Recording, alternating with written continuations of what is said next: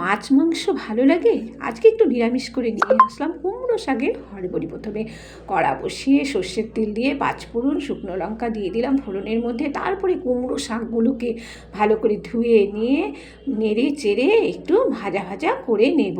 এটা নিরামিষ পদের মধ্যে খুব ভালো, যে কোনো দিন খায় না সেও খাবে। একটু নুন হলুদ দিয়ে এবার সাদা সর্ষে বেটে রেখেছিলাম, ঠাকুমাকে দেখতাম সাদা সর্ষেই দিত, সাদা সর্ষে বেটে রেখেছিলাম সেটা দিয়ে দিলাম। একটু আলু ভেজে রেখেছিলাম সেটাকেও দিয়ে দিলাম।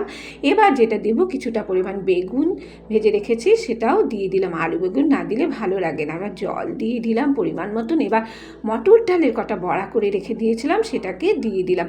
একটা লাইক শেয়ার করে দেবে, বুঝলে তো।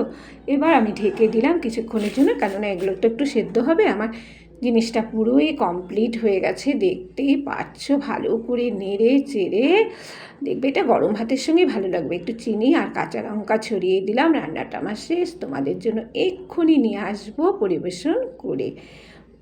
টাটা।